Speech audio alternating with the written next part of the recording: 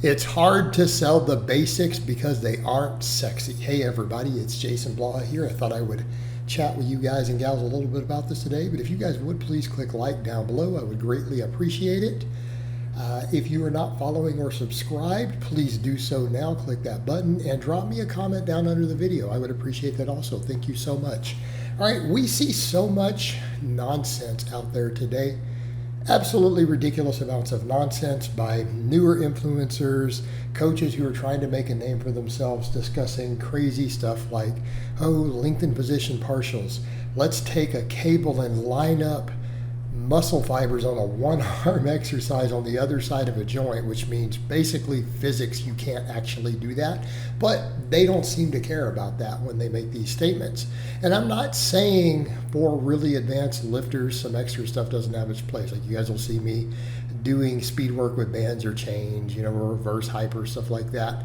I'm also a very advanced lifter, 48 years old, who squats 500 plus, deadlifts 600, so on and so forth.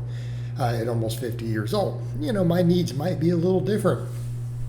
But for the overwhelming majority of you, if I were to take someone and I wasn't going to put them on something like conjugate, and I have someone just goes, hey, coach, I just want to get real jacked.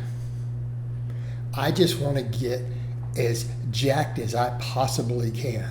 Do you know how simple a lot of what we would do is? What would our training look like? I don't know, you could probably do bench press and weighted dips. Bench press and incline bench, right?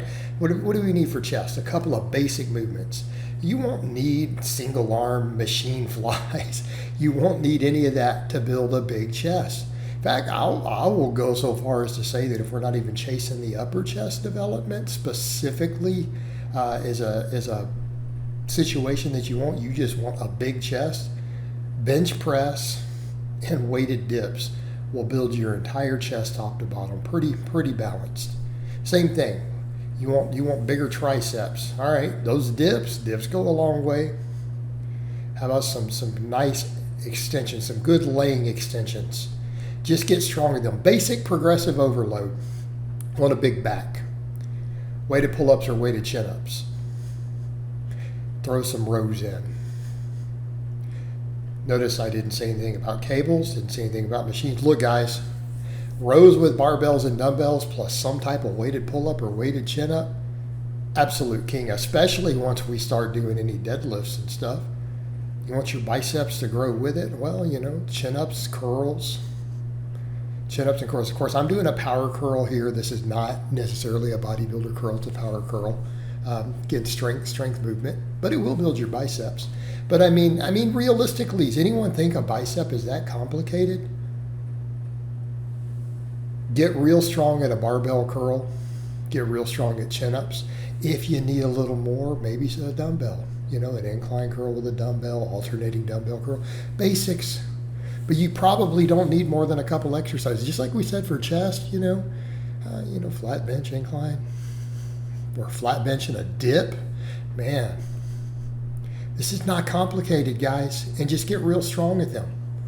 Not saying you can't change movements up. It's good to change movements, good to change grips, bars, angles, to prevent some overuse. Not a bad idea.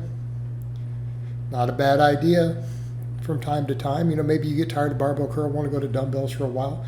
Maybe you get feeling a little bit of tendon inflammation. Hey, perfectly fine. That's not complicated. What about your shoulders? Well, you're doing rowing and pressing. You're pretty well covered. Okay, you need a little more shoulder. I don't know. Maybe you could do a front raise. I like front raises. But how about an incline bench or an overhead press? There you go. And then you need something for the side and the rear delts. You could do a rear delt raise. You do some laterals or an upright row. You do an incline dumbbell row. I like those. Get on an incline bench and do a dumbbell row. Man, combine that with your pull-ups and a chin-up. Or with your chin-ups and a barbell row. Man, now we got something. You're hitting every angle possible.